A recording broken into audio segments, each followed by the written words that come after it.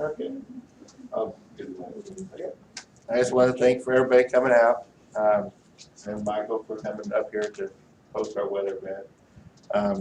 The ones in the bright shirts are your Washington County Storm Chasers that most of you follow on our page and our website. Sorry about the delay, but the perfect feed worked last night, but wouldn't work this morning. So we'll have an event for a weather radio later today. So if you haven't signed up, make sure you sign up for it. I turn it over to Michael. All right. Well, I want to thank Washington County Storm Chasers and also Bartlesville Public Library for having me up here. Severe weather is my passion. It is something that I've loved since I was a kid. I'm fascinated with it. I love trying to forecast it, and I also chase it when I have a chance. It is very dangerous, but at the same time, it's an amazing sight to see. It's one of nature's wonders, I guess you could say. But I want to thank you all for coming out here again. Pretty good crowd. I like it. It's good to see you. But we'll start here first with our porch forecasters. How many of you know The Far Side? Gary Larson's The Far Side. He retired many years ago, but one of my favorite comic strips, and he's got a good one here. Anybody forecast with the pain they feel in their body? Yeah. Strange dangers. We've got a lot to deal with here in Oklahoma, and if anybody's come down from Kansas, the same sort of deal. Flash flooding, lightning, tornadoes, hail, damaging winds, we get it all, and we get a lot of it. Of all these five here, which of you think is the most deadly on average in the U.S.? Flooding. Flooding, that's exactly right. Flash flooding by far is the most deadly. It pretty much doubles tornadoes and lightning. In fact, if you put lightning and tornadoes together, on average, you'll have more flooding deaths than you will tornadoes and lightning combined. Now, again, it's an average, so a few years ago we had some terrible tornado outbreaks across the United States, so the tornado death count was much higher in those years. This is dash cam footage. I'm going to play this for you. This is from Chris Noby, and I actually was at a conference with Chris, and he gave this presentation just last week. He's a storm chaser based out of Yukon, Oklahoma, and this was back on May 31st, 2013, and he made the mistake of driving into a flooded area. You'll see what happens here. Oh, there's not much volume on this one, I don't think. Well, watch what happens here.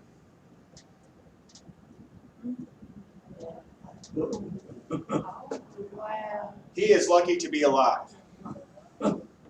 Area washed out. He went what he thought was road, went straight down in. He literally got washed under the road he was on and out the other side. If he would have got stuck, he would have drowned. That's one of the dangers right there. But you don't know what's underneath the water. It may look like it's just a little bit there, but that's one of the dangers, and it's affected his life. He's been a lot more careful chasing, and you can just tell from talking with him the effect that's had on him. But without question, flooding is the #1 killer, as we just saw on the graph. About 140 deaths, unfortunately, per year in the United States on average. More than half of those deaths are with what we just saw, people actually driving and trying to drive through flooded roadways. So a lot of them put themselves in their own danger just by trying to do something they shouldn't do. 6 inches of fast-moving water can knock the person off their feet. 2 feet of water is basically enough to carry away a vehicle.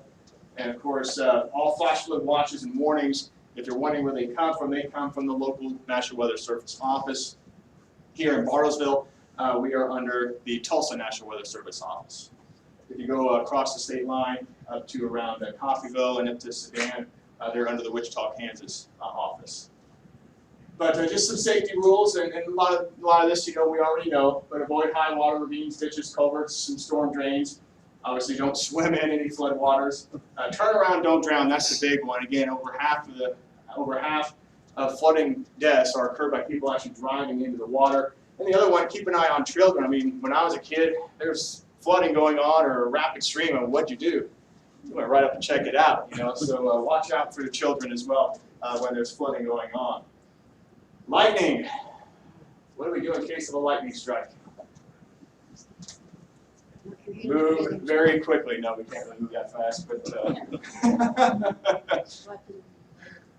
but obviously there's no safe place in a thunderstorm. The energy from one lightning flash could light a 100-watt light bulb for more than 3 months. Lightning can reach temperatures, 5 or 50,000 degrees Celsius, which is hotter than the surface of the sun. How it forms? Well, as the storm builds up, you get a lot of collisions between not only water but ice and hail within the storm, and you get a separation of the charge from the cloud to the ground. It's the same thing as if you're walking and maybe scuff your feet and then you touch a doorknob and you shock yourself. That's just on a smaller scale than what lightning is. It's the exact same thing. You get the negative, positive charges. You get the negative charges, they start coming down. Positive charges will start coming up. Once the connection is made, the lightning strike will be complete. And here it is in slow motion. What we typically see is the return stroke going back up, but this is extremely slow motion video. This is just incredible. And you can watch, again, the fingers kind of coming down. They're very random. They're getting attracted to the charge of the ground. As they get a little bit closer, you'll start to get streamers that come up from the ground, and whichever one connects, that's the one that will complete the strike, right there. So it's completely random. There is a little bit faster motion. You see, again, a lot of times with the naked eye, you don't see the initial stuff coming down. We tend to see the return stroke. So you can see how it works. And it's pretty amazing.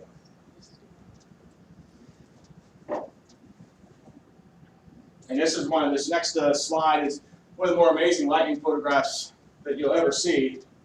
The guy got it perfectly. And you can see the entire process. Here's our upward leaders, or sometimes they're called streamers. We had one coming off the pole here. We actually had two coming off this tree. There was the one to the right that actually made the connection. So you can see the step leaders. These were coming down too. If this one would have connected, the strike would have been over here. But this is where it actually connected. And all that happens like that. Does a lightning rod help in that case? Yeah, that's the idea of a lightning rod, is to basically direct the strike around the house. So what will happen, you can see the house right here. Instead of the bolt connecting with the house itself and potential for fire, what a lightning rod will do is, the hope is it actually strikes the rod, and then you usually have it grounded, and you take the strike away from the house. That's the idea behind the lightning rod. So the lightning rod can obviously, if you're concerned about taking a hit on your house, it can help in that sense. Yes. So the idea is when lightning is around, stay inside your car. One of the myths out there is it's the rubber tires that actually keeps you safe in a car. That's not the case. It's actually the steel cage of the car that deflects the lightning around you, and then the lightning will complete the charge on the underside of the car. Open garages, carports, covered patios, picnic shelters, beach pavilions, golf shelters, tents, baseball dugouts, sheds, you name it, greenhouses are all unsafe. If caught outside with no shelter, the idea is to crouch low and put your feet together and get as low as you can.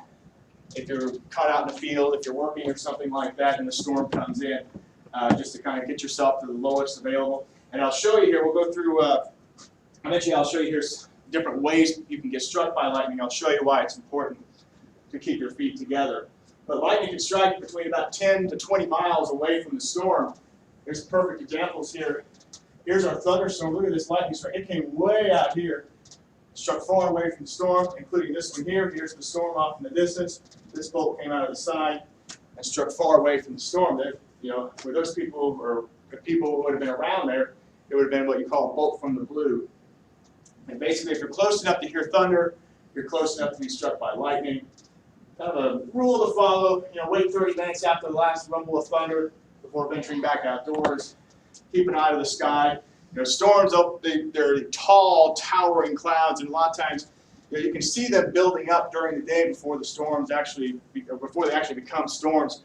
So just kind of keep a visual of what's going on. If you see these tall building clouds, it could eventually become a thunderstorm and could eventually produce lightning.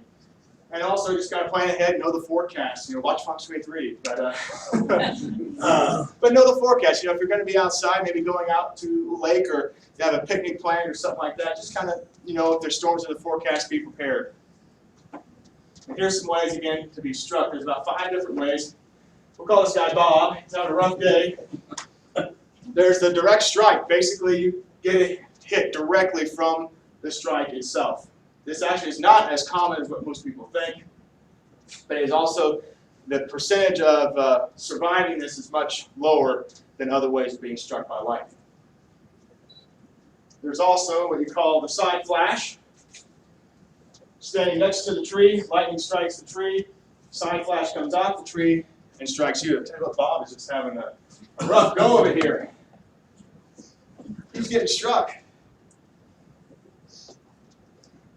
Then there's also the ground current. This is very common with people standing around trees where, you get as many as, 5 to 10 people that get struck kind of huddling around a tree. What happens, lightning strikes the tree, the current flows around the ground and strikes anybody standing around the ground. This is where I was telling you about how it's important to keep the feet together, because what actually completes the current through the body is the fact that the feet are separated, the charge will come back up through the body and then out. If you keep them together, that can kind of limit that. It's not a guarantee, but it at least puts the odds at least in your favor. And then there's, of course, you're away from everything but the conduction. Bob's standing out here on the fence, lightning strikes the tree, strikes the fence, goes through the fence, and strikes Bob. And this is also the same as if you're in your house and lightning can come through plumbing. Anymore, we don't have phones that are corded as much as what we used to, but back in the days of corded phones, that's how people would get struck talking on the telephone. If you have a cell phone or something like that, you're fine. You don't have to worry about that. But any type of connection, whether it be through plumbing, even if you're just like washing your hands and lightning would happen to strike nearby your house, it can come through the plumbing and strike you. And then there's the streamer. The connection is actually made here. And as we just saw in the previous photograph, you get those upward leaders or the streamers. That actually will complete a charge as well. So he actually had a streamer coming out of his head. The connection actually hit the tree, but there's still a charge with that streamer, and so he takes a hit with that. And people that survive lightning strikes, 75 to 80% of those people have problems for the rest of their lives, whether it be nerve system problems, physical problems. It is usually something that people will have to deal with the rest of their life, and that can be a struggle for people. And not only that, the physical injuries that can occur with lightning, even if you survive, burns and everything, are quite dramatic. There's hail. Hail can be very deadly, especially when you start getting to this side. This is the largest hailstone ever reported, 8 inches in diameter. Fell in Vivian, South Dakota. Before that hailstone, the previous record was actually in Coffeyville. But the hail averages more than $1 billion in crop damage a year, and most of that, a lot of that actually occurs in northeast Colorado. They call northeast Colorado Hail Alley. The amount of hail that falls there is incredible. But what actually happens is, thunderstorms are rising air. Air is rising through the storm, so the rain is actually being carried upward. And it gets carried above the freezing line, and it will freeze. And so it'll start out as a small stone. That stone may come down a little bit, get some more water on it, and then it'll get carried back up into the updraft and refreeze. And so it just keeps getting bigger and bigger. And depending on how fast the air is rising through the storm, or what you call the updraft, eventually the hail will get too big and too heavy where the updraft can't suspend it anymore, and it just falls to the ground. If you start getting hailstones this big, they'll fall at a rate of about 140 to 150 miles an hour. You take that to your head, and you're in trouble. This is a video that I shot last May. I've been chasing for about 10 years. Usually when you're chasing, you avoid hail. And hail actually is what I find scarier than tornadoes, because it will do a lot of damage to your vehicle and potentially to you if you get caught in it. What happened in this scenario, we were on a tornadic storm north of Elmer, Oklahoma, and the road that we needed to take east was about 3 miles north of where the tornado was going to pass. Unfortunately, the way storms actually developed, I don't know if we have volume here. We're going to get some volume.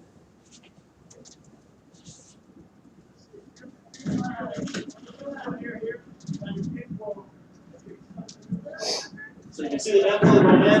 The tornado's right in here. But what's happening is the hail core is usually north of the tornado.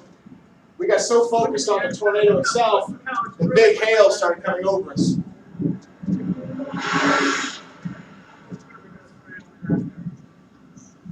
Absolutely. Oh, very big hail. Let's let's get out of here. Let's get out of here. Watch the size of these hailstones on the ground. They're huge. At least baseball. That's it. Holy cow. That's a big tornado. That's a big tornado. You see the hail bouncing. Huge hail. Let's go on. Oh my gosh. You see it now? You see it, Terry? Oh my gosh. Monster. Follow those guys. Yeah, that's what we're going to do. Oh my God. I think that occurs for Oh, if I did shield. Awesome.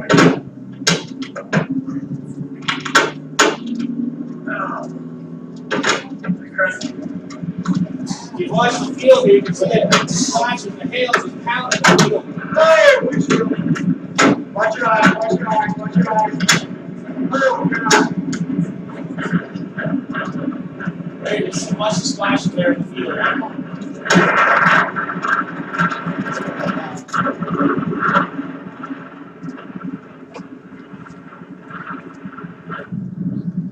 Yeah, this became a beast of a tornado.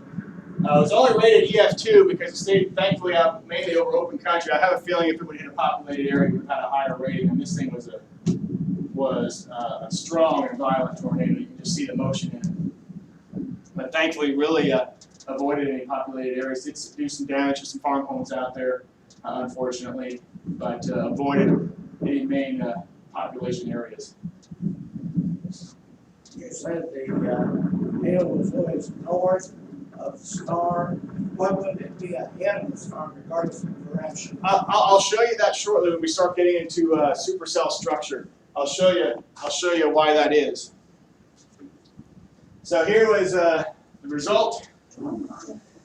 I lost the headlight, took several shots to my windshield, and I've got quite a few dents in my Jeep. But that's why hail can be quite damaging. Downbursts can be very powerful. Downbursts can produce winds in the most extreme cases over 100 miles an hour. This is footage from Oral Roberts University of downbursts back in July of 2012. I'll play this.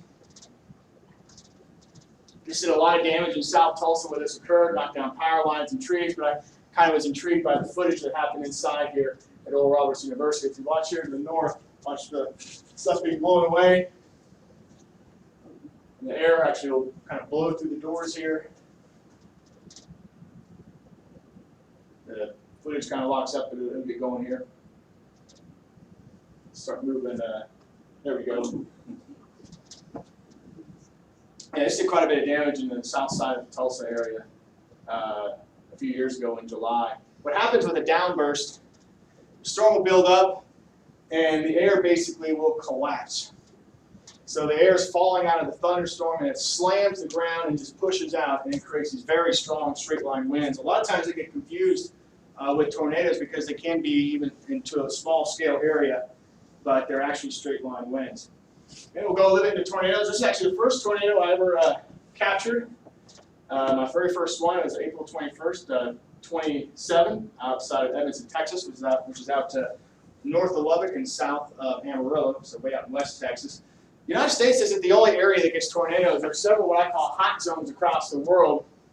Obviously, the United States, by far the leader as far as the amount of tornadoes that occur, but we've got hot zones in Europe. In fact, per square mile, the United Kingdom has more tornadoes than anywhere else in the world. The reason the United States is not that is because the United States is so big, and you start getting out in the western U.S., and it really takes down the coverage area. But one of the areas I honestly would love to chase here someday southern Brazil, Paraguay, Uruguay, and Argentina, they get some big tornadoes down there in their spring and summertime. Also into South America and in parts of Australia. So we're not the only places that get tornadoes, but by far the United States is the leader when looking at the rest of the world. In fact, here, kind of tornado probabilities as we go through the year. And I can, this is a GIF, so it'll going back and forth. You can see the winter months, typically it's in the south in Florida. As we get towards spring, everything kind of backs west, and then it goes north in the summer. Anybody have an idea of why that would be? You got it. That is on the money right there. It's the jet stream. Jet stream is powerful winds that, they're up there 25, 35,000 feet. And to generate tornadoes, you have to have a lot of wind shear. You have to have stronger winds with height and change in direction with height as well. And so in the winter months, the jet stream is much farther to the south. In the summer, the jet stream goes north, and so the better dynamics for tornado development will go north with it. Now, we get thunderstorms in the summer, but the tornado threat is typically a lot lower than what it would be in the spring because we don't have the strong upper level winds that we see in the springtime here in this part of the world. Watches and warnings. There's watches. Where do you think? Well, I've got it written down here, but all tornado watches and severe thunderstorm watches come from the same location. This is across the entire United States. They come from the Storm Prediction Center in Norman. They're in charge of issuing all tornado watches across the United States. Now, a watch is just, it's basically conditions are favorable. We don't have necessarily an active tornado or an active severe thunderstorm right now, but we're monitoring it, we're watching it. Later today, we could have severe weather. Warnings, on the other hand, it's actually happening. It's happening as we speak. Severe thunderstorm warning. Hail has to be 1 inch in diameter or larger. If it's just little nickel-sized hail or pea-sized hail, it is not considered severe. And the wind has to be at 58 miles per hour or greater. Tornado warning. Tornado has either been sounded or strong rotation has been detected by radar. And all warnings come from the local National Weather Service office. So if we have a warning here, whether it be a severe thunderstorm warning or a tornado warning here in Washington County, it is the National Weather Service in Tulsa that actually issues that warning. In preparing for a tornado, as the Washington County Storm Chasers here, they're going to be handing out an NOAA weather radio. It's a great tool to have. It's just the alert comes right in. You can even download, we have an app, the Fox 23 Weather app. If you want to download that to your phone, that will basically take any warnings and watches that are out and send them right to your phone as soon as they're issued. Of course, in the event that we would actually have severe weather, make sure you have plenty of batteries, working flashlights, know your community's warning system, prepare your lawn, trash cans, plants, anything that can be picked up with high wind, and know where you're going to go. And I think a lot of us here in Oklahoma are very well prepared already, but just kind of that reminder that know where you're going to go in case there is a tornado warning. Basement, storm cellar, interior room with no windows is the best option. We don't have a lot of basements here in Oklahoma, but obviously interior room with no windows. The idea is to put as many walls between you and the outside as possible, because what'll actually get you is the flying debris. And so if you have more walls between you and the outside, there's a less chance of that flying debris penetrating and hitting you. Do those warnings come out on tablets as well? Yes, yes, that should come out there as well. Have you ever wondered, like, radar detected tornado? Have you ever wondered what that actually means? What it is, Doppler radar is the same thing as a police officer aiming his radar gun at you. It's the exact same thing, but on a much larger scale. So the Tulsa National Weather Service radar is down here near Inola. So it's scanning a storm. This is what we call the velocity data. And you probably hear us sometimes talk about that when we're on the air, reflectivity and velocity. Reflectivity, we're just looking at how heavy the rain is. Velocity, we're actually looking at the winds. So we're not actually looking at rain here, we're looking at winds. So this radar is scanning here a storm over Osage County. And you can see here, this is the area of concern. So what we're looking at here is the radar is picking up wind that is blowing to the radar here, which is in the green, and away from the radar here, which is in the red. So right here, we've got a circulation, and it's very tight. I mean, you can see how bright the greens are and how bright the reds are. So we have a very tight circulation that's showing up right here east of Fairfax. So there's a good chance, we don't know if there's a tornado on the ground there, but we know that this storm is capable of producing one, so National Weather Service will issue a tornado warning for that. And that's what if you ever wonder what radar detected tornado means, that is what that means. I had a professor in college, he always had a saying, he said, red on, or green on red, get under the bed. And here's another example of that here. Here's the reflectivity. The hook echoes right here. So right here is where the hook is, and if you look at the velocity data, we've got green going this way, red going this way. So right here is our circulation. And now with what we call the dual pole radars, we can look at what we call a correlation coefficient. This blue area here, what it can do is you can actually pick up the size and estimate of what is in the cloud or in the storm. So these blues right here is picking up debris, and this is what was actually happening. We had a tornado on the ground. So with all three of these, when we're looking at radar, we can have a much better idea of what's happening on the ground. The rotational is clockwise, counterclockwise. Most of the time, 99.9% of the time, yes, there are rare instances that we will get anti-cyclonic tornadoes. In fact, the conference I was at last Saturday, Dr. Howie Bluestein, who's the head of the meteorology department at the University of Oklahoma, had an excellent presentation on anticyclonic tornadoes and how they form. But most of the time in the northern hemisphere, it will be cyclonic. There's actually one in El Reno. That's the 2006. Yep. He actually talked about that one. Exactly right. I Yep. actually seen that. Wow, that's rare to see And one of I those. actually noticed that it was not spinning the Yeah, right direction. I was like, yeah. You saw something that a lot of people don't see. I haven't even seen an anticyclonic tornado before. So you had a question? Yes. Can you usually tell, I mean, besides the weather forecast on the news, can you usually tell like in the sky, like does the sky have different colors, different, what do we need to look at as far as pre-tornado? As far as pre-tornado, I'll go over some storm spotting stuff here, some things to look for, and what some people get confused with tornadoes and what you need to look for. You know, the sky turning green, and you hear things like that. Any storm can turn the sky green. Just it depends on how the sun's setting and the light's coming into the storm. But I'll show you some things, like wall clouds and what we call shelf clouds later on here. That if it doesn't answer your question, come back to me and I'll get to that. Yes. Okay, can Doppler pinpoint a rain wrapped tornado? Well, what Doppler radar does, it can't tell if there's actually a tornado. The only way we know that if a tornado is doing damage is just recently with the core. This is something new that has just come out. We can see the debris, so then we know debris is getting lofted. But like this and this, we have actually no idea if a tornado is on the ground. We just know that there's strong rotation. We still need guys like this. We need storm chasers out there for ground truth to actually know what's happening on the ground.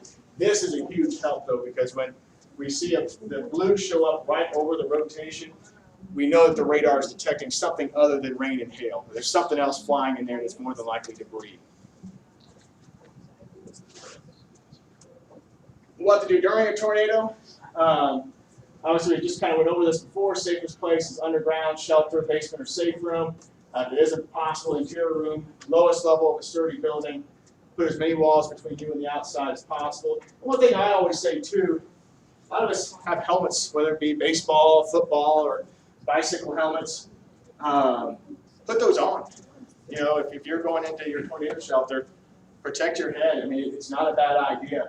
Just it's better safe than sorry. And if you're outside, find the nearest sturdy building, or take shelter in a low-lying area, and basically lay as flat as you possibly can to keep the wind from lifting you up if it's coming over you. So you just want to kind of like spread eagle if you could. And mobile homes are not safe. So if you live in a mobile home, make sure you have a plan. If you know a relative or friend where you can go, that's not a bad idea. After the fact, if you're trained, provide first aid to persons in need until emergency responders can arrive. Continue listening to local news or NOAA weather radio. Wear long sleeve pants and long sleeve shirts. And one of the things that, after a tornado goes through, the big problem is you've got debris everywhere. You're going to have broken glass. You're going to have nails. So walking around in flip-flops, probably not the safest thing to do. And one of the other presentations at the conference I was at over the weekend, it was something I hadn't even heard of, but it had to do with parasites in the dirt. And people, after a tornado, the dirt gets chewed up, and then people get cut, on glass and stuff like that, and parasites actually going in and affecting people through cuts that they get. So it's I hadn't even heard of that before, but there's several cases of that happening as well. And use powered flashlights. Do not use candles. Obviously, with the if there is damage, we could have broken gas lines. So candles probably not the best thing to do. Clean up spilled medications, bleaches, gasoline. Keep your pets and animals as best you can under your control. Take pictures of damage in the building, where you live for insurance claims. And if you are away from home, return only when authorities say it's safe to do so. Save this satellite image here. This was actually from several years ago. Wisconsin is very wooded, and you can see a long track tornado through the satellite where it basically scoured out the trees here. I thought that was pretty cool. The strength of tornadoes, EF scale is what we use, and it's a damage scale. So it's only rated by the damage that it does. Like the case I just showed you with the tornado in Elmer, it only got an EF2 rating. I have a feeling if it would have hit more structures, it may have been a little bit higher up the scale, EF3 to EF4 probably. But again, EF5, they are the rarest of the tornadoes, winds over 200 miles an hour, and as we saw with Doppler radar readings, the Moore of 1999 on May 3rd, Doppler radar measured the wind speed at 318 miles an hour, and that just above the ground. And then the El Reno tornado of a couple years ago was 296, I believe, measured. There are different types of thunderstorms. Not every thunderstorm is the same. There's single cell storms. These are very common in the summertime. They'll build up in the heat of the day, and then they'll collapse. They don't last very long typically, but as they collapse, the air rushes out from them. They can develop more storms. But they could become severe, but these are typically not organized severe storms. You have your multi-cell clusters. We get cluster storms kind of together. We've got some examples of that here on radar to show you. Again, your single cells are kind of by themselves. Here we've got a cluster of storms. Sometimes the outflow from these can produce some strong winds. You can get some small hail with these as well, but they're typically not organized as far as capable of producing significant severe weather. The next group are more your severe weather type storms, your squall line, and your supercells, as I call it, the king of the thunderstorms. Squall line, they can stretch for long distances, a whole line. It can stretch for hundreds of miles and can move very quickly as well. They typically produce straight line winds. That's the big threat with a squall line. Sometimes they get weak spin-ups within the line of tornadoes. The tornadoes that form within a squall line, though, are not going to be the same type of tornado that's going to produce, your Moore type EF5 damage. Flooding is also possible, and you can get some hail. The supercell, this is the king of all storms, in my opinion. It is the strongest type of thunderstorm in the world. These are going to produce your strongest tornadoes, your biggest hail, and what separates a supercell from all the other three types of thunderstorms is that the updraft, the air that's rising through the storm, is rotating. You can actually see the striations here in this updraft. That's what we call striations. It's like a layered cake. It's literally rotating as it rises. And you can see examples here. The squall line, this particular squall line extends all the way from Indiana, Illinois, all the way back in southeast Oklahoma. It produced a lot of severe weather along the way. But again, this produced a lot of straight line winds, could produce some flooding, maybe a little bit of hail, maybe a brief spin-up tornado, but not going to produce your biggest tornadoes. Your supercell, how many of you know what a hook echo is? Here's your hook echo right here. This is where the tornado is going to be. We had the question earlier about why the hail is north of the tornado. Here's what it is that with a supercell, the updraft will build up, and it typically gets tilted away from where it originally starts. So all the rain and the hail will fall typically to the north of where the tornado actually is. So in our case, when we were watching the Elmer tornado, the video I just showed you, the tornado was down here. We were positioned up here, north of the tornado, and got a little too close to where the hail core is going to be. Yes. Always have it. Okay. Did you say, is there a way that we can kind of judge how to drive away from a hailstorm by some of this information? If by chance you see something like this on radar, Yes. Well, no, we're in the vehicle. yes, you're in a vehicle. We're not looking at the radar probably. It's going to depend. I mean, it's obviously going to depend on base by base cases, but a case by case basis, I should say. But it's going to depend on which direction it's moving. If you're down here, like this particular storm, and the same thing with the Elmer storm that we were on, it was moving either east northeast or northeast. So if it's moving this direction, you're down here, and it's moving away from you, just stay down here. But if you're out here and it's coming this way, then there could be a tornado here. So it's tough to say. It's going to be case by case.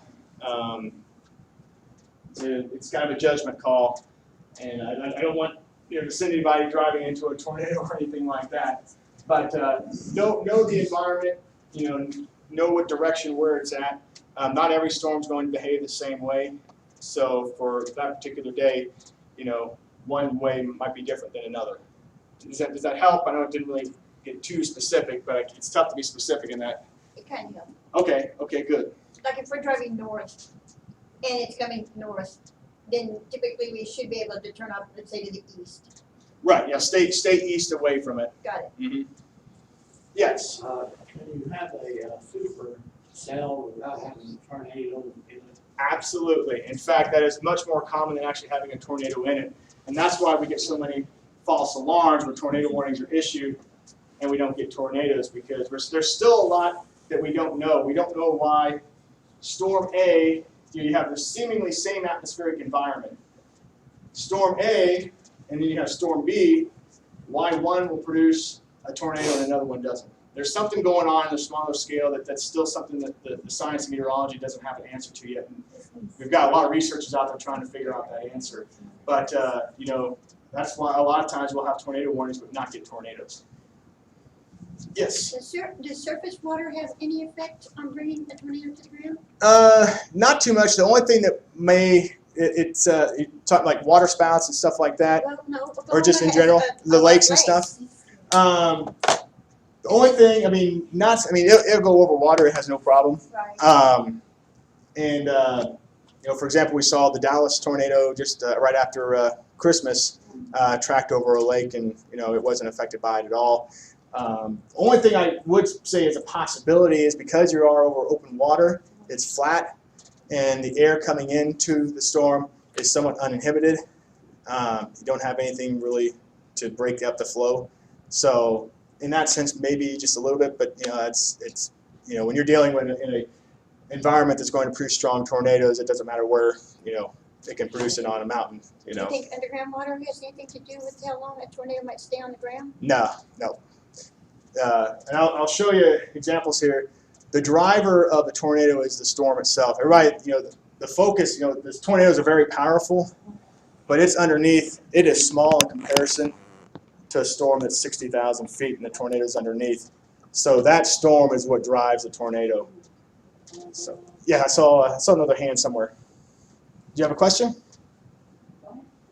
What happens if somebody's in the water when a tornado happens? What happens if somebody's in the water? Well, if they're on a boat, it wouldn't be good. If worst case scenario, if you were in that situation, you had nowhere to go, I would just try to hold my breath and go and go under. But it would not be an ideal position. Hopefully, you're out of the water and off the water by the time a tornado would come by. So tornadoes don't necessarily go around the water. They will just go. Yep, they will just go. Remember, the storm itself is what drives where the tornado is going, Nothing on the ground is going to affect that. A 60,000-foot thunderstorm is producing, multiple times the energy of an atomic bomb. So that is what drives these tornadoes. The tornadoes are totally controlled by the storm, not the other way around. Does global warming have an effect on this real high altitude, 1,000-foot storm? There's still a lot that we're learning, about that. If typically storms like cooler air aloft, that makes it more unstable, which I'll show you why here shortly. I almost, and the degree difference is so small at the moment, it probably is not going to make that much of a difference. But if the atmosphere gets too warm, I almost wonder if it'll eventually have a limiting impact aloft, if the atmosphere is too warm aloft. But again, there's still a lot of answers there that we don't know, or a lot of questions that we don't know the answers to. Typical stages of a storm: your cumulus stage, when it starts building up. The mature stage, you've got the updraft here, the downdraft where the rain and hail is going to be, and then the dissipating stage where it completely rains itself out. That's your typical, again, this is unorganized, more single cell type storms. Your supercells can sustain themselves for hours and hours and hours, and I'll show you why that's the case here. But what are the ingredients? What do you think ingredients for severe storms? What all do we need to come together, not just to produce a thunderstorm, we need severe storms. Warm air, cooler. Yes, I heard moist air, warm, very humid air. We need that moisture. What about the warm air and cool air? What about it? There's a few things. Makes it unstable and creates pressure. Basically, Water's rising. warm air. Yeah, you want warm air, low, cool air aloft, so the warm air can rise through the cooler air. And in the case of a frontal boundary too, where you have warm air in a certain area and maybe cooler air coming in to create that lift. But there are a lot of different ingredients that we need. Instability has to do with the warm air, the lowest levels of the atmosphere, and the cooler air aloft. The moisture, which we mentioned, dew point typically about 55 degrees or higher. That's kind of the rough guideline there. We need that lifting mechanism, something to get that air to initially just get off the ground and get going. Typically a front, a dry line, or if you're along the coast, a sea breeze can do that, or an outflow boundary from another storm. The storm can develop and collapse. The air kind of rushes out, and it actually lifts air out ahead of it and around the storm that just collapsed. And this is the crucial one for tornadoes, is wind shear. And that is what gets the storms to spin. We can have all these and we'll get thunderstorms, but we may not get a tornado. That is what we need right there for tornadoes. Your typical severe weather setup for the plains. Here we go. At that warm, humid Gulf air here, area of low pressure. So what's happening, we have a surface low here, so all the air at the surface will rush to this area of low pressure. So we'll get cold air to come in from this direction. We'll get dry desert air that kind of rushes in off the desert southwest. And then we've also got the warm, humid air coming up from the south. Where all that means, we can get a dry line between the dry air and the humid air, and sometimes we get a cold front between the cooler air and the warm air. But that's what will provide the lift to get these storms to develop. Typically have a very unstable environment, so once the air starts rising through the cooler air aloft, it's like a hot air balloon. Hot air balloon rises because the air inside the balloon is warmer. That's what storms do. They keep rising because the storm itself is warmer than the atmosphere around it, so it'll just keep building up. And aloft, we have a strong jet stream. So the winds aloft, that could be 100 to 150 mile an hour. And so that'll actually tilt the storms and can allow for them to sustain themselves much longer. And I'll show you eventually why that's important. Do the mountains divert the airstream? And looks like that would, why don't we have, like on the mountains, on the windward side, you have a lot of moisture as it goes up, it becomes compressed, and then rain goes over the mountain and it's dry there. Right. Well, why don't you have that kind of problem with what you're talking about near the mountain? As far as, let me go back here. As far as like coming off Well, on the lee side of the mountains here. Well, I guess on the west side of the mountains. Over here? The west side, yeah. The Pacific Ocean is very cool and typically very stable. The atmosphere is here because the current of the Pacific Ocean comes from north to south. So the water temperatures here are very cool, and it tends to be a very stable type of air mass. Whereas the Gulf of Mexico, the current from the Atlantic Ocean and the Gulf of Mexico comes from the equator. So the water that's coming up into Florida and the Gulf of Mexico and flowing up this way is much warmer than what you typically see. If you've ever been to the beach out here, LA and San Francisco, the water's cold. Yeah. And that's because the water is actually flowing from the Arctic region south. Whereas it's much warmer, the water temperatures are much warmer in the Gulf of Mexico and Atlantic because there the current is from the south. All right. We'll go quickly here, but atmospheric instability, we briefly talked about it. Again, we've got our storm here. The reason it keeps rising is because this storm, boom, boom, it's building up, is warmer than the air around it. So it's just going to keep going and keep going and keep going until it eventually hits the tropopause and can't go any higher. There's ways you can measure instability. Every morning and every evening, weather balloons are launched at different locations across the United States. There's one that's launched in Norman. And those weather balloons will take temperature, moisture, wind speed, wind direction, and air pressure. All these are very important, not only just to know at the ground, but what's happening aloft as far as getting storms to develop and getting tornadoes to develop. Get a little bit into the science here of what we're looking at. This is a typical sounding from a weather balloon. So on the left here is the actual temperature, right here, the red line.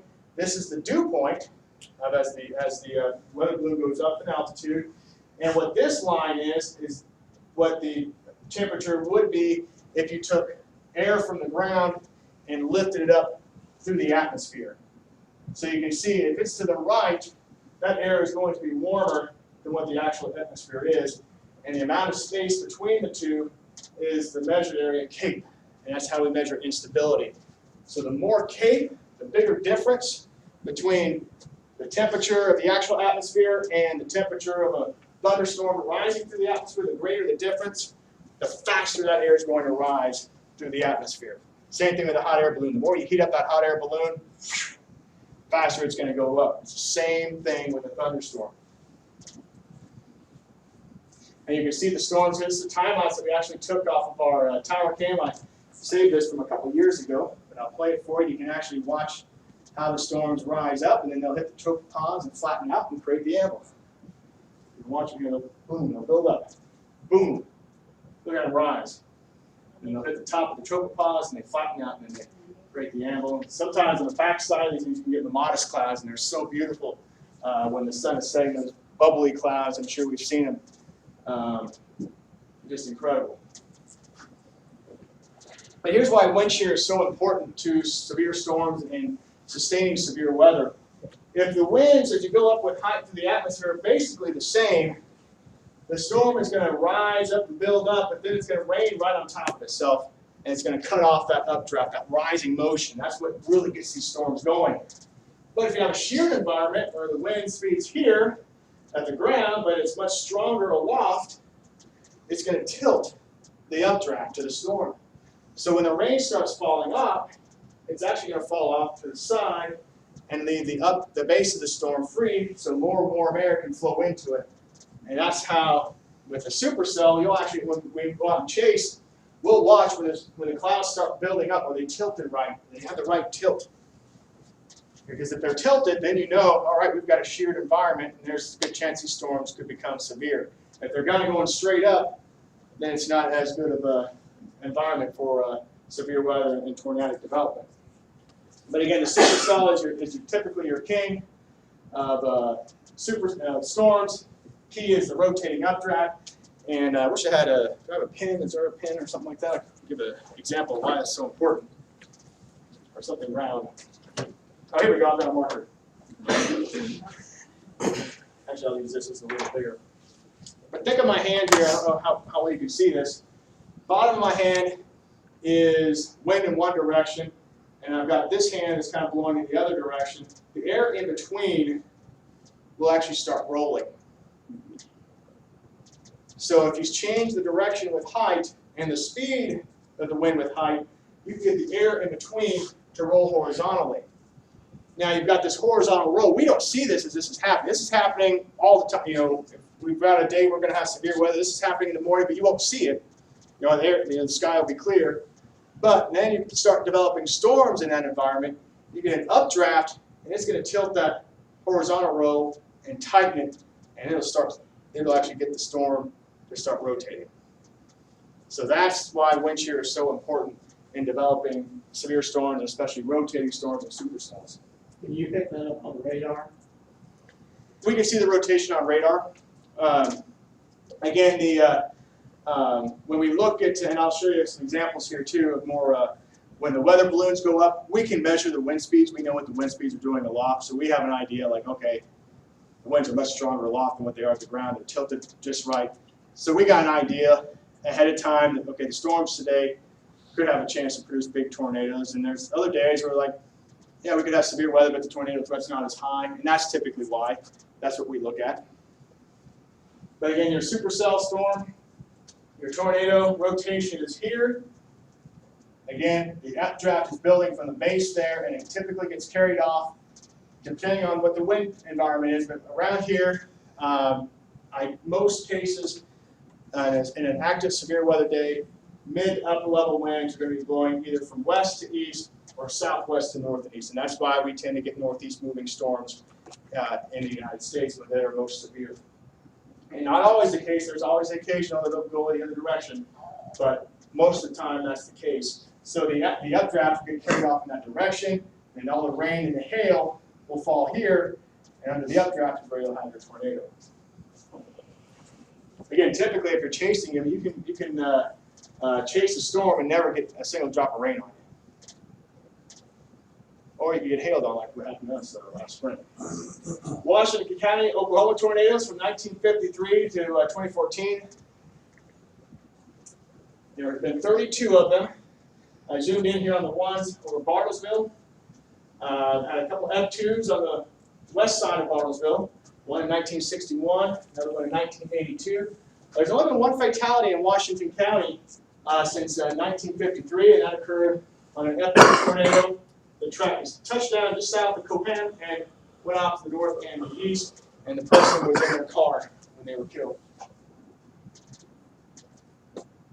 And that was also a big outbreak day. If you remember the Andover, Kansas tornado, the Red Rock tornado, that was the same day. There was also an F4 that tracked from Skytooth over to around Ulaga that day. That was the April 22nd, 1991. Okay. The Washington County tornadoes, again, of the 32, most of those have occurred in May and April. We had 5 in March, we've had 6 in June, and we didn't have 1 in August, 1 in September, and 1 in November. You actually will get a little bit of a peak in tornadoes. If you look at tornado climatology, you'll get a little bit of a peak in the fall months because the jet stream starts coming back south. That is kind of like a mini tornado season there in the United States. Typically, it's not quite as big as what we see in the spring, but you actually, if you look at tornado climatology, you do get a little bit of a peak in the fall. Linear Carl's tornado tracking. All right, now we'll get into some differences, some visuals that you can look at, and so maybe help you get an idea when a storm comes up that what you're looking at. You get a shelf cloud, it can be this long, I mean scary looking cloud, but it's more typical of a straight line wind environment. And maybe go from horizon, maybe you can take up the entire sky. And what's happening here is the air is actually flowing out of the storm, the cooler air is rushing out, and it's creating lift right all along where that air is rushing out. So you get this low-hanging cloud kind of along the leading edge of the cloud. Those are very typical. You get straight line winds with those. That shelf cloud will roll in, and the wind will just pick up and feel the air rushing out of the storm. Wall cloud is much smaller. It's right here. That little thing right here is a wall cloud. It's much smaller. I took this picture in south central Kansas. That's about 9 years old probably. We're watching, all the chasers are watching this area right here. This is rotating. The updraft is right here. This actually hollowed out area, I didn't go into a lot of detail what that is, but that's what you call your RFD. The rear flank downdraft that comes out of the storm. It kind of hollows out this area. So this right here is the area of concern. Again, on the very southwest side of that supercell, all the hail, all the rain is over here. And that's when the tornado would form. That one actually never produced. I thought it was going to. It never actually did. Again, shelf cloud looks very neat. It's tentacle looking fingers coming off of it. They'll actually be kind of rising. You'll see them kind of rising into the storm. But what's happening is you get the cooler air to rush out of the storm, the warmer air that kind of goes up into it like this, and when it condenses, you'll get like kind of like this rising motion, these tentacles coming down. Those are not funnel clouds. That's just a shelf cloud. Here's a wall cloud. This was near May, Oklahoma. This was also about 9 or 10 years ago, which is way out in western Oklahoma. This thing was rotating, and I thought this was going to produce, and it never did. But it's basically, again, it's just a small area here. It's not very big, but just a small area right underneath the base of the storm. Here's another shelf cloud coming over Lake Michigan. Again, it looks very menacing. It looks like, oh my gosh, we got 5 tornadoes lined up here. That's not what's happening. The air is kind of rushing out of the storm, and then the warm air that it's bumping into, it's kind of rising up over the cooler air that's rushing out, and that warm air will cool and condense, and you get the cloud, and kind of like these finger-like looking clouds. This is just a scud cloud. It looks like it might be a tornado, but we had video of that. It'd be much clearer of a picture. You wouldn't see rotation with it. It'd just be kind of hanging there. There wouldn't be any rotation with that. And another example over here, just kind of a low-hanging scud cloud. If we had video of this, it would be a much better idea. You wouldn't see it rotating or spinning, and just be kind of hanging and floating along. But nothing of any concern, just a low-hanging scud. Now underneath the shelf cloud here, so the shelf is kind of coming over the top of us, the wind's already picking up, and again, kind of right where that boundary is, and where the cooler air rushing out of the storm hits the warmer air out ahead of it, we're getting some condensation to kind of rise up over it. That is not a tornado, it's just a cloud that kind of condensed as it's rising up. So there's a lot of lookalikes that a lot of times will get called in as tornadoes that actually are not. I've got some clip here. We'll go through some of the stuff that I've shot through the years. This was Pawnee County a few years ago. Again, there's our wall cloud right here. This actually did produce a tornado eventually near Hominy once it got up into parts of Osage County. Not very organized, but a little bit of a wall cloud here. This is the base of the storm. Yeah, that's what's rising. That would certainly qualify as a wall cloud right there. We just saw the formation Another of the thing, wall cloud. look at wall clouds here. They kind of tilt. Really good ones will tilt toward the rain. Now, the only thing is, Because the air is a little cooler, and so the condensation level is actually going to be a little lower. But not a lot of rotation in it. It's just kind of hanging there. This was in Widener County a few years ago. Toward the evening, low-hanging wall cloud. We have a tail cloud going into it. And this one, you can kind of see the rotation here. This is out in the Texas Panhandle about 5 years ago. We actually did get a brief touchdown. This is some stuff getting picked up here. As it went by, we actually had a beautiful cone tornado eventually form as it went you by. can see the rotation in it. Very small, but you can see a And little did bit you of notice it rotation started here. picking up? When the rain started wrapping around the back side here, it really started going. I can feel the strong inflow. Inflow is the air that's flowing into the Keep storm. an eye over here, because the tornado form is going to be over here. Oh, funnel. We got a funnel. Got it. Right there. This was west of Stillwater a few years ago. We got another tornado about ready to form. There it is.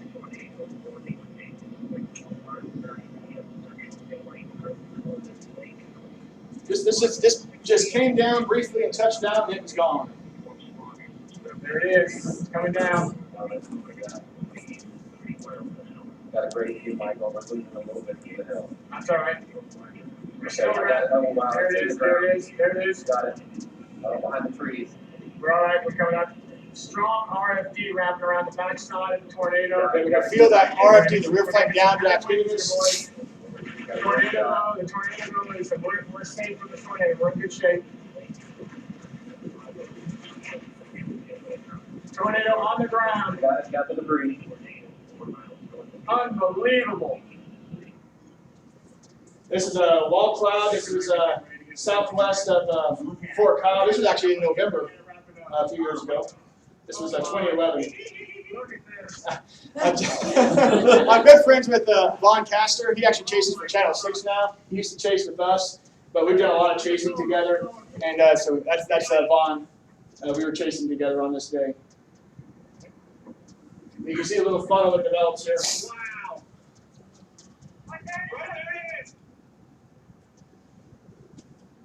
You can kind of see it not a lot of rotation, but there's rotation in it. This is the same storm. We get a little multi-vortex condensation. You can barely see it, but the condensation does come down, the circulation does come to the ground. And you'll watch this person's garage is going to fly over the road here. See it?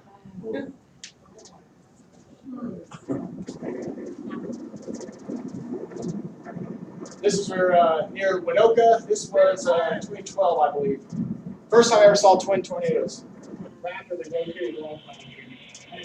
If you look here, this is rotating. Again, we're looking at a small area. We're not looking at a big shelf cloud coming in, but it's a small area here, rotation here. And it did produce. This is what eventually formed. That's definitely down. Tornado. Wow. And storms will cycle. So we have the old rotation here. Now we've got a new one forming there. A new circulation formed this tornado. Oh my gosh.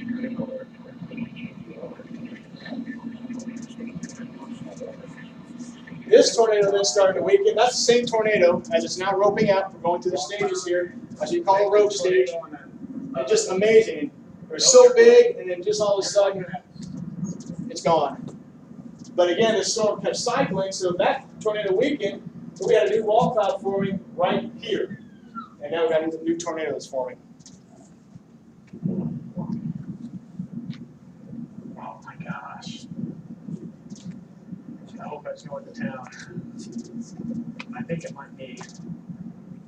So at that point, did you guess to turn east? We were still going north this time. We were far enough south. Yeah, we're still going north. Right now, and we've got a tornado due north of town.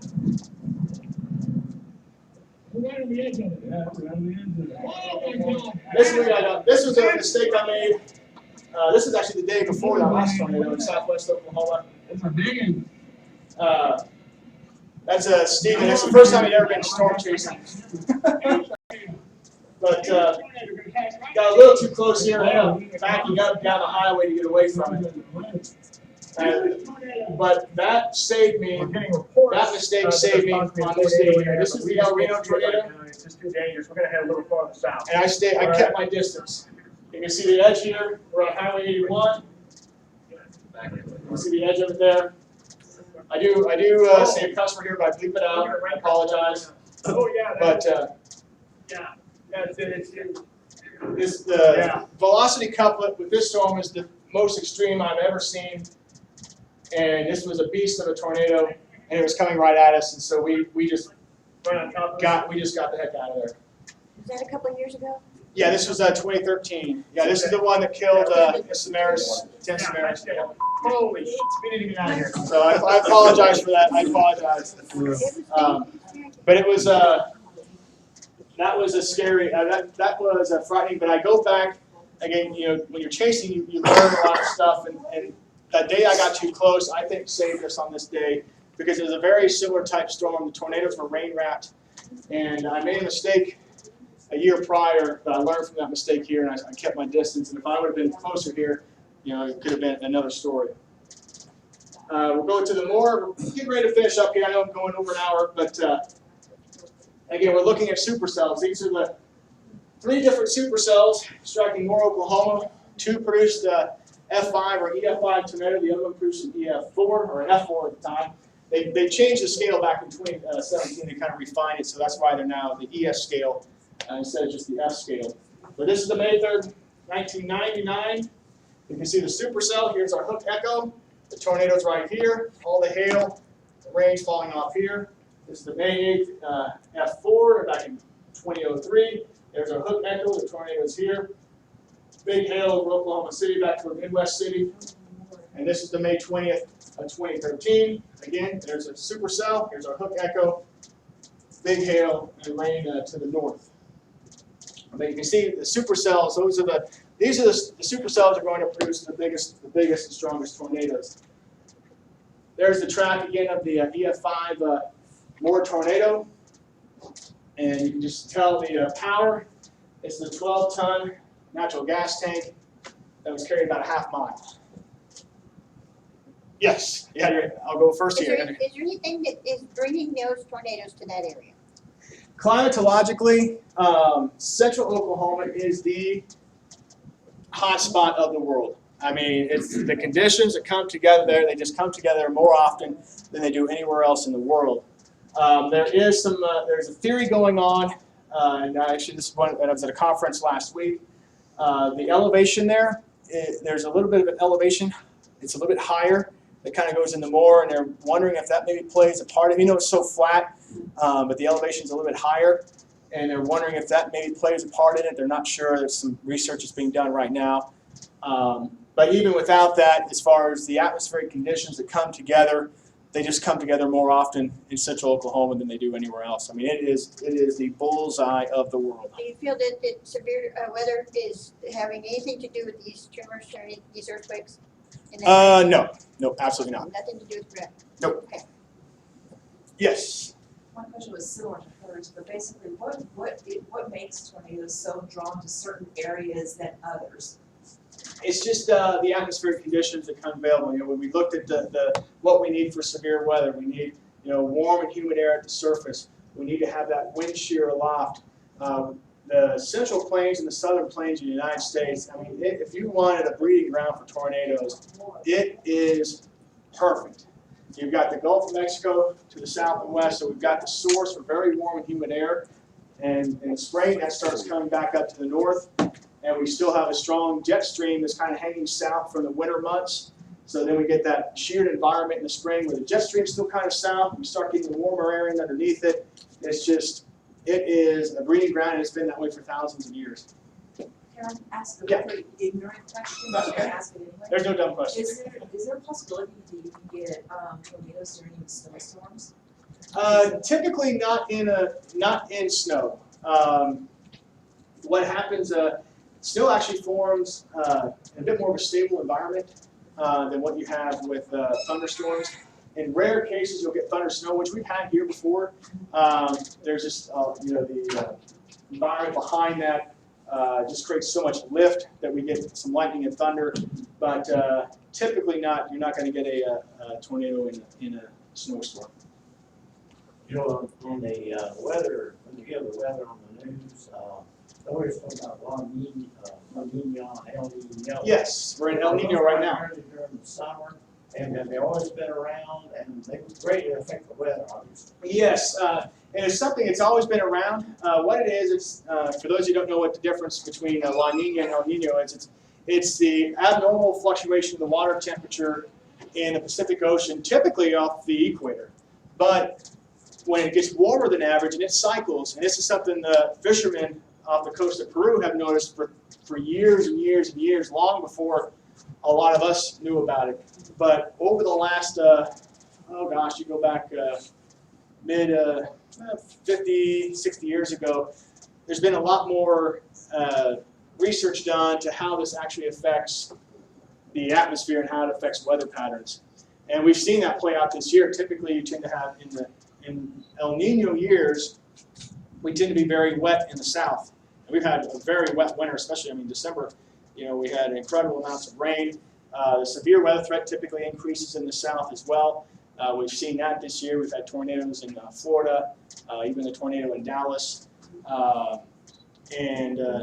California tends to get their rain, and they tend to get very wet and stormy, and they've seen that as well. They've really had a lot of help with the drought that they've been dealing with thanks to this. But it does affect weather patterns, and it cycles. The one that's happening right now is the strongest that we know of on record. The water temperatures off the the Pacific Ocean have been as warm as they've ever been. So that might help with some of the what we've seen with some of the rainfall amounts that we've seen here through the winter. If you go back as far as how it affects our tornado season, coming out of El Nino years, we do. If you look, we do tend to have an above average tornado season because the jet stream stays farther south. So we'll see how that plays out this year. If we will have an above average severe weather season, it's a possibility. If you have these things, both, all of this happening in 1 year, in order to El Nino and La Nina in the same year? Typically not, because La Nina is the opposite. It's when the water temperatures there are below average. And so it takes some time for that to cycle. So you'll go through a neutral phase before you'll kind of go into a La Nina phase. But El Nino typically comes around every 5 to 7 years. Some will be stronger than others. This year just happened to be one of the strongest on record. They compare this one to the one we had in 97, 98. That was also a very strong El Nino year. Yeah, it'll take a while before we go back into a La Nina. This is forecast model data for the day before and the day of the Moore tornado. And if you remember, we actually had a couple back-to-back days there of active severe weather in Oklahoma. A couple of things that we're looking at. The top one is measured wind shear, but from ground level to 3 kilometers up in the atmosphere. And really the wind shear is peaked here in the bright whites, which you can see here. And I mean, that's pretty much maxed out that you'll see for 3 kilometer enhanced velocities. Now here at the bottom, or in the middle, I'm sorry, we're looking at streamlines, which is wind direction. So we've got winds coming up across central and eastern Oklahoma, out of the south to southeast, and that's typically what you want if you're looking for severe weather, because as you go up in height, the winds will change direction, become more westerly, so we've got that directional shear. We've also got a lot of moisture. Look at the pool of 70-degree dew points here, pool of 70-degree dew points here. Lots, very, very humid air, a lot of moisture in place. And we've also got instability, or CAPE measurements here. And you can see CAPE is measured in what we call joules per kilogram. Just kind of, it's a measure of energy available. And you can see we're pushing here. On that Sunday before the Moore Day, we had that violent Shawnee tornado, which was an EF4. You can see CAPEs here from Oklahoma up to Kansas. We're up in the 4,000s. And even here on the Moore Day. This data I got on Friday, 2 to 3 days before the actual events. So we can look at model data and get an idea like, okay, this day could be big. And it's amazing how these computer models work. Again, we get data from weather balloons. Planes will take data, atmospheric data, because we have to know what's happening aloft as well. We've got all kinds of measurements on the ground, but sometimes it's more important to know what's happening above our head to really tell what's going to happen with the weather. And so these computer models, all that data is sent in, and these things are supercomputers. They take up rooms, big rooms, and they basically computer model the Earth and the Earth's atmosphere. That data then gets put into these models, and you basically hit play. And it will play out the atmosphere over a course of days to weeks. And you see how the atmosphere plays out. And so that's what we get, that's how we forecast the weather, is by looking at this. And there's several different models out there. If all the models are coming together, they're saying the same thing, then we have a much higher confidence of what's going to happen. And sometimes the models are all over the place. You got one saying one thing, another saying another. Then then you kind of look toward experience, like, okay, what's happened in the past with this similar situation? Yes, go ahead, sorry. I just wanted to ask, are those pressure lines, contour lines, where they're the same pressure on the bottom? The bottom one? No, these are actually measured the CAPE, the instability in the atmosphere. So we're looking only at instability here with the contours. So on the contour itself, it means it is the same. It's equal. Yeah, it's the same one. Yes. Yeah. Not pressure, but same CAPE. Yes. Sorry about that. On the morning of the May 20th tornado, the Moore Day, the Storm Prediction Center, again, they're in charge of issuing all watches, and they also will put out outlooks of severe weather across the United States every day. And their morning outlook, they had highlighted Oklahoma, North Texas, parts of Missouri, Northwest Arkansas, under moderate risk, slight risk of severe weather went all the way up into the Great Lakes. The tornado risk on the 8 a.m. outlook was 10% what you call hatched. Anytime they put a hatched in there, they think that there's a chance that we could have tornadoes that are greater than EF2 of strength, EF2 or greater. And again, the higher the percentage, again, the higher the probability. So they were thinking again, and just from looking at the data that I had up there, that if we saw storms on this day, that the tornado potential would not just be there, but the potential for strong tornadoes would be there. This is the weather balloon, National Weather Service at Norman. Because it was a severe weather day, they launched a special severe weather balloon at noon of the Moore tornado day. And this is what you call sounding, not a forecast sounding. This is the actual sounding, the day that it came back. And this is what you call a loaded gun. The dew points here, so the dew point in our temperature, we had 81 at the surface, 72 dew point. As the balloon kept going up, we got up here, again, just past about a mile up, much drier air aloft. That tends to help feed severe storms. So the dew point's much drier. The temperature did kind of go up here, a little bit of an inversion, but you can see the spread here between the dew point and the temperature. If you would carry an air, a parcel of air, think hot air balloon, from the surface and try to rise that up through the atmosphere, its temperature would be way over here. So you can see the difference in how much warmer, if you were to carry that air from the ground up through the atmosphere, how much that air would be compared to the actual atmosphere. So the big difference here, a lot of cape. So that, again, the area that's right here is the instability, a lot of cape. Again, the higher the hot air balloon, the faster it's going to rise to the atmosphere. The warmer that air parcel is that you carry up through the atmosphere, the faster it's going to rise, the faster that storm is going to be, or the faster the updraft will be, and the stronger the storm will be. But we call this, again, in meteorology, we call this a loaded gun because all it needs is something to break through the cap, the inversion, and once it does, it's like bang, it's ready, it's going to go off. And this storm probably took 20 to 30 minutes to go from a cumulus cloud to a full-fledged supercell. It went like that. Yes?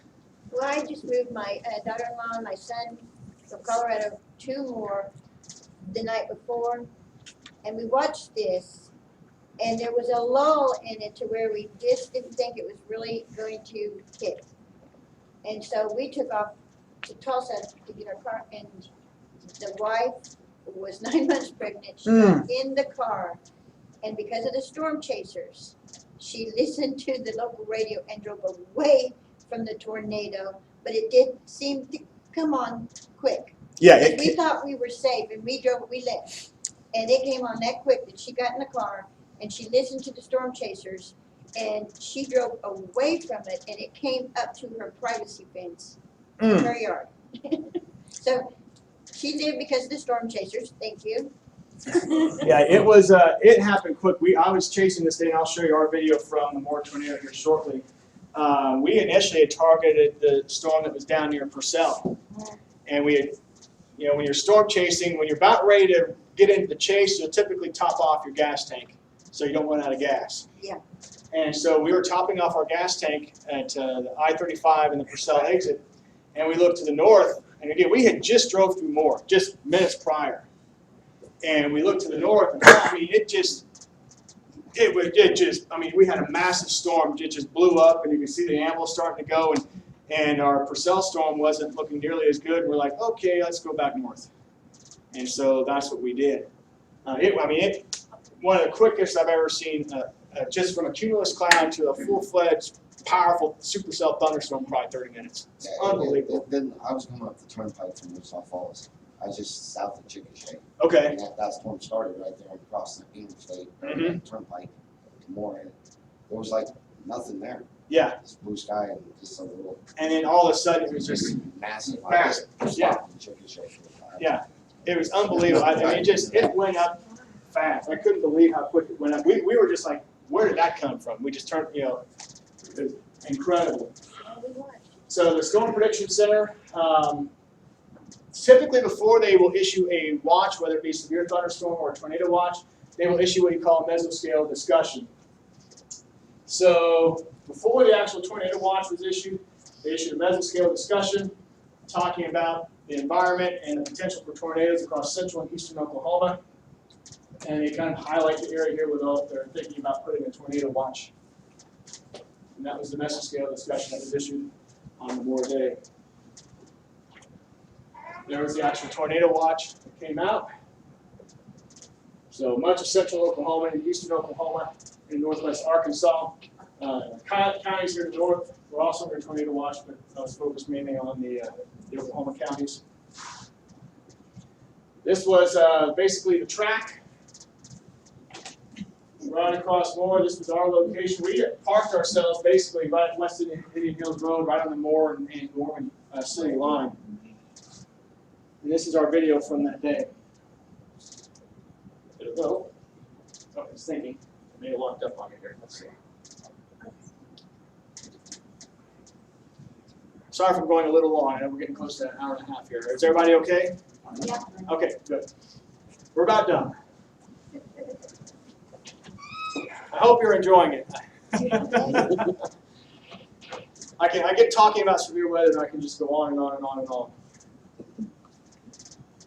All right, my computer has got a pinwheel of death going on right now. Come on now. Oh, here you go. I think it went here. All right. It just had to think a little bit. The weather center there at Norman. Yes. Is it kind of on the north edge of the old OU campus? Yes. Yep. And that's not an ideal spot for it, because Moore is just right south of It. They actually are tied. They actually are tied in pretty much with OU's meteorology department. Yeah. They. In fact, OU's meteorology department is in the weather center. They work hand in hand. If you have any kids or anything like that that are interested in severe weather, OU, I mean, you're going to get quite the education there, especially when you're looking at severe storms. I was fortunate. I went to school at Valparaiso University, and the head of our department, he had his PhD in mesoscale, in particular severe weather, so he geared a lot of his classes. He loves severe storms, so I was fortunate to have him as the head of our department where I went. So we got a lot of severe weather stuff. In fact, every spring we would have our convective field vacation, which was actually study. Convective is just another name for rising, typically another name for thunderstorms. So we'd have a convective field study in the plains. We would actually come out here and chase storms.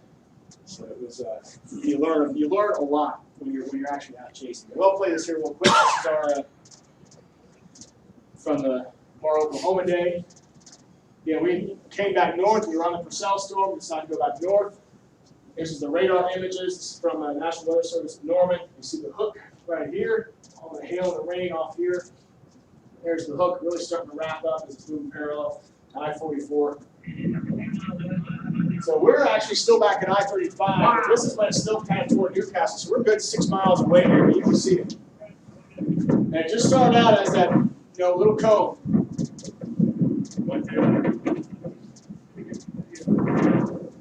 Large stovepipe tornado on the ground.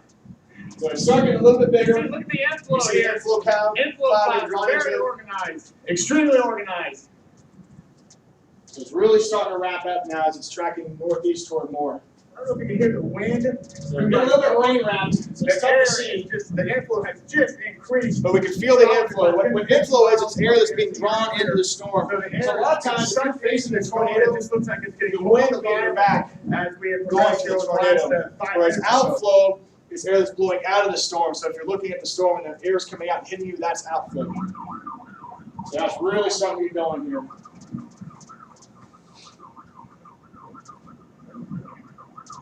And at this point, we're starting to realize that this is not good. And was it a pretty predictable path? Yeah, we knew it was going to go to our north. I never once felt afraid that it was going to come toward us. You can see a lot of debris getting thrown around it. So now it's about 3:12 p.m. It's getting up to Path of about this tornado right Southwest now is the 19th. time to take cover. Do not wait.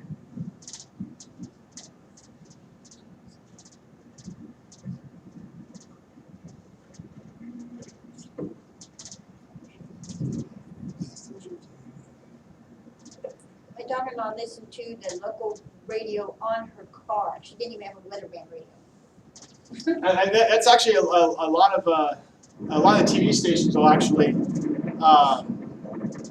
broadcast through radio. We do that with KRMG if we're in tornado warnings. We'll actually go broadcast to KRMG.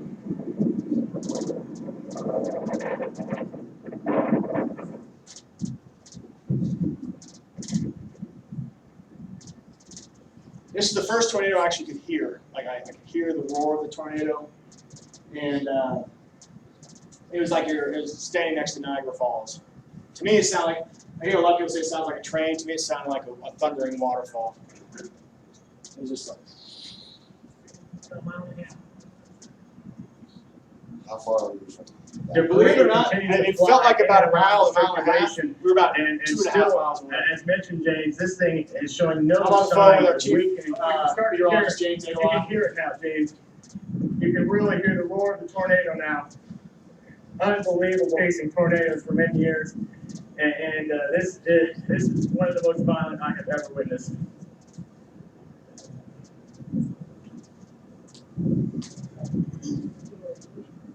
You see all the debris. At our location, even though the tornado passed through our north by about 2.5 miles or so, we actually had shingles from homes and insulation falling on us after it went by.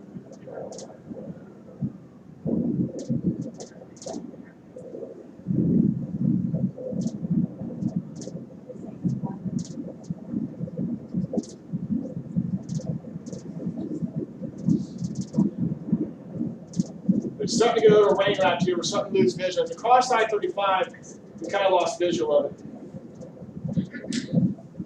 I'm on the phone with the station. Just kind of telling them what I'm seeing.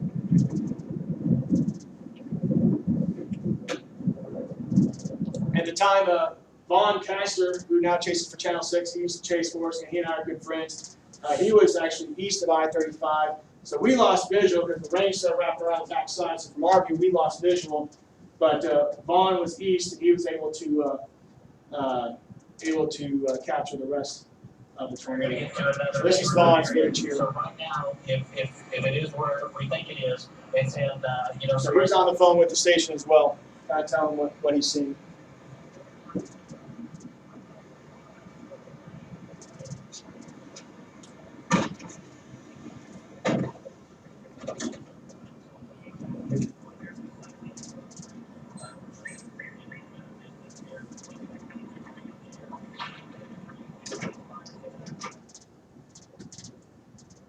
So now the tornado is now kind of exiting the It's a huge cone still making its way, probably right down 4th Street.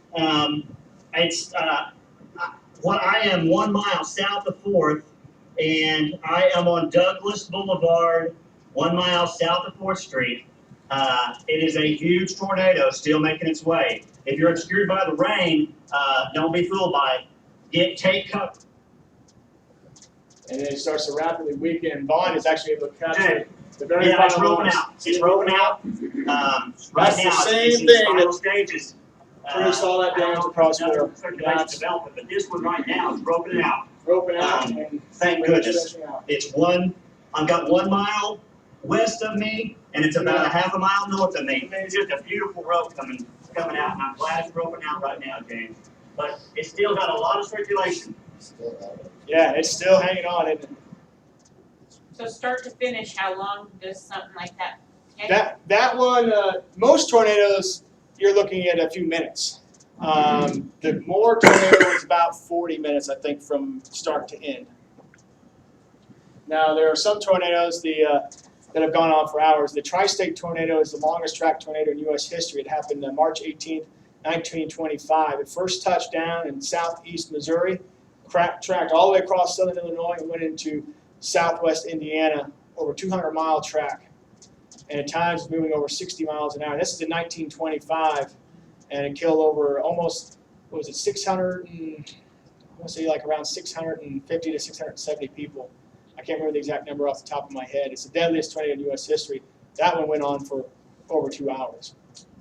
The Joplin tornado, it produced very fast too. Yeah, it wrapped up quick too. It formed and became EF5 like that, and it didn't last very long. It went through Joplin and pretty much dissipated after it went through Joplin. Last video here. We'll go back to the El Reno storm. Again, storm chasing is very dangerous. Even people have been doing it, and even meteorologists get themselves in trouble. We saw that with El Reno. This is footage from the Weather Channel crew. I don't know if you've seen this footage of the Weather Channel crew that was hit by the El Reno tornado, but that is what this is here. Again, Hey, Mike, guys. I always say storm chasing is relatively safe, but it's not. Guys, that's it. Right there. We could be putting ourselves in a dangerous position here, and we're gonna roll just to stay safe, okay? And meteorologist Mike Dennis could not have been more accurate. Dennis and 5 other experienced chasers. We were about a mile south of them when this happened. When I shot my footage that we showed, we were about a mile south. We made it south, thankfully, before they unfortunately did not. Despite their best efforts to outrun this violent tornado near El Reno, Oklahoma, the twister overtook their fleet of 3 chase vehicles. Dennis says their car was thrown at least 200 yards. Hold on. Everybody just go. Keep going if you can. Keep going if you can. Everybody just down.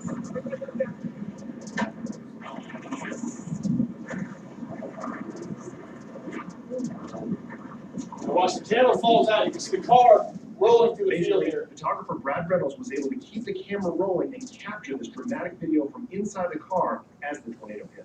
We coupled, I don't know how many times. I would count at least 15 times we coupled, and then we were airborne at one point we were just floating, and we weren't tumbling anymore, and then we came down hard. It's estimated this tornado was more than a mile wide, with winds upwards of 120 miles per hour. The main hunt vehicle took the brunt, with 3 of the team in that car. That was unlike anything. That made right there retired me from tornado chasing. That was the dangerous situation I've ever been in. Looking at the tornado and the vehicle, the crew admits it's amazing. Everyone was able to walk away, and everyone was wearing their seatbelts. If we had a smaller car, I think we'd be dead. And yes, while the crew is banged up and bruised, they are all doing okay. And in a statement from the Weather Channel, we are aware just how unpredictable tornadoes can be, and everyone at the Weather Channel is grateful that our friends and colleagues walked away. Just let me say this, learn from my mistakes. We were trying to get ahead of the storm, trying to do the right thing, and get downside of it and get away from it, and it just we just didn't have time to react, and lesson learned. An important reminder for all of us to take these warnings seriously. I'm meteorologist Todd Santos, Weather Channel. But I want to thank you for coming out. If you have any questions, I'm going to hang around. I'll be happy to answer any questions you have. So feel free to hang around if you have any other questions. Yes? I just wanted to ask a topic of question here, and that is basically, you have this controversy of global warming, where you have CO2 layer and pollution and so forth, and then you have weather forecasters in Florida who have 35, 40 years experience. They say you have this 25-year period of cooling and warming. I'd like to put your question on that. Also, my understanding is that the North Pole, the Arctic is melting, and the Antarctic is actually building. So what's your view on that? As far as global warming is concerned, I'm kind of, there's still, it's not my line of expertise. I tend to be more of the day-to-day forecasting, but my opinion is it's probably somewhere in the middle. Again, it's just an opinion. I have, I'm not an expert when it comes to climate forecasting or anything like that. I have some friends that are in that field. But to say that we're not having at least some sort of impact is it's tough to say that we're not having some sort of impact. I don't know if we're having some of the extreme impact that some of the reports are out there, but I don't think it's completely, we're not either. But again, that's not not really my line of expertise, but that's kind of my opinion on it. Again, it's tough. What makes that tough, and why there are, and even me, why I have a tough time with it, is again, climate models are different from everyday weather models. So it's going to be a little bit different, but I know how everyday weather forecasting, how the models fluctuate day to day, and you start going out in advance, and the odds of accuracy go way down. And so it's tough. you know, some of the extreme reports or the extreme data that comes back with some of the climate models, you know, it's certainly eye-opening, and I think that we need to do something about it. But I don't know, you know, I think we're kind of somewhere in between. What about the ice in the Arctic and Antarctica? That's again, I don't know too much about that. It's kind of the same idea as far as you know, the melting ice in the Arctic. It obviously, I mean, you know, a lot of that ice is melting. I mean, if you look at the satellite imagery, you can see that. You know, is it a cycle? How much impact is human? How much is natural? It's that's where I don't have enough expertise to be able to answer that question, unfortunately. But I do think that it's probably somewhere in between. It's hard to say that we're not having at least some impact. Yes. Earlier when you were talking about lightning, Yes. have you ever heard of the Thor arrestor? What now? It's a Thor arrestor. It's a lightning arrestor. Okay. And I thought maybe you had one at your news station. I haven't heard. It's a lightning rod concept for larger buildings. Oh, okay. And we're talking about putting them in Bartlesville schools. Oh, okay. I have not heard of that. It's interesting. We have, well, obviously we have a tower that gets hit a lot. It seems like our tower tends to get fried every year. But that's interesting. I had not heard of that. Is it they put up multiple rods around the school itself, or how? I'm not sure. Okay. Yeah, I don't know much about it. And I thought Okay. you might know more, and that you might actually have. I wish I knew. I do not. Anybody else have any questions? Well, I was kind of wondering about something that you'd said, you know, steel cage the car, Yes. being the protection and everything. Are the newer cars as protective as the older ones? Because The fiberglass. I deal with vinyl and stuff, and I've done magnets for people before, and they'll go put it on their car, and they can't. Right. There's not enough metal for it to stick to. Right. And that is, and you know, like if you've got a convertible or something like that, it's not, you know, a little fabric thing. It's not gonna protect you as much as if you have a full, you know, steel cage around you. So in that case, are you better off getting out of that car and trying to find someplace else, or? Yeah, I mean, if you're stuck out in it, you know, if you don't have, you know, if you have a convertible, I mean, people just drive on anyway, but you are not as safe. I mean, you're at odds of if you get struck and being hurt are going to be a little bit higher compared to if you have a full steel vehicle. Are you going to show us what we should do if we're out in the field and lightning around? Is it squat and put your feet together? Yes, exactly. And if you remember, like I was telling you, you know, I don't know how many of you can see, but you want to get your feet as close together as possible. If you remember that slide I showed you, that animation where the guy was struck, and the reason he was struck is because his feet were separated. It completed the charge. The charge can come up one leg and go back through the other. But if you keep your feet together, I mean, it's not perfect, but maybe you increase your odds a little bit. And squat. Yeah, you want to get low. Yeah, low as possible. Yeah, but don't lay flat. When you have a bunch of people together and they have these sharp pointing umbrellas, that's very bad, is it not? Obviously, if you're holding something high up, you know, you're going to increase your odds. So the idea is to stay low. How do you protect yourself in your home? As far as with tornadoes, I unfortunately right now do not have a storm shelter. I need to get one. Typically, I live by myself, so obviously if there's something around, I'm going to be at the station. I'm probably going to be chasing it. So I'd probably watch my home get hit. It's probably what happened.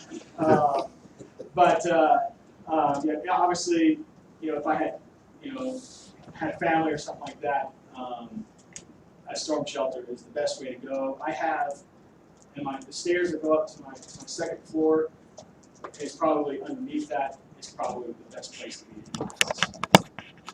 I don't have a basement, but it's interior, and it's more walls between there and the outside. Yes? Do you have an opinion on one storm shelter from another? I do not. I do not. As long as they're FEMA certified, just make sure they're FEMA certified. There's a problem. I'm hoping, and I need to. My parents had this done when they built their house.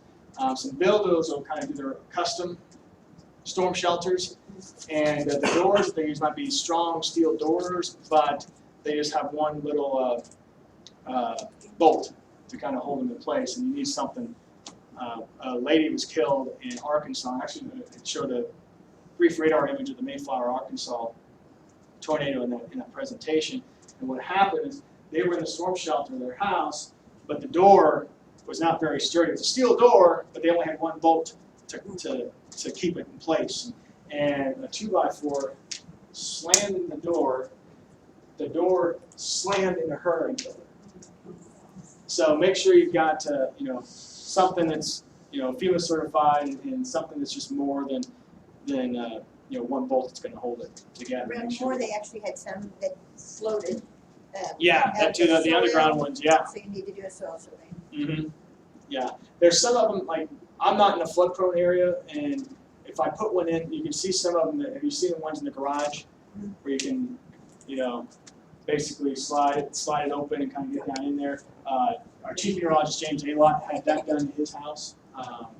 And he's actually, he wired up a TV so his wife and kids could watch the station and go down in there and watch the station when they go into the shelter. And they actually, last year, had to do that. We had a circulation track right over the south side of Tulsa. The tornado not touching down about 131st and Lynn Lane in Broken Arrow and tracked up to Inola. I know one person that had one built in their garage, that'd be that garage they could have one Yes. built inside. That's my parents had that. Yeah, and they had theirs built out of concrete block as opposed to metal. Mm-hmm. My parents have the same one, and those would work. My concern with those is make sure the door, that was the same situation with what happened in Arkansas. It was reinforced concrete blocks. They had steel inside there and concreted in, but the door was the weakness. So just make sure you've got the door that's strong enough to hold up to it.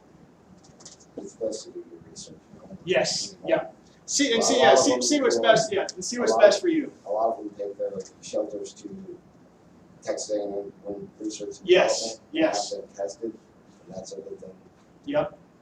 As well as being FEMA.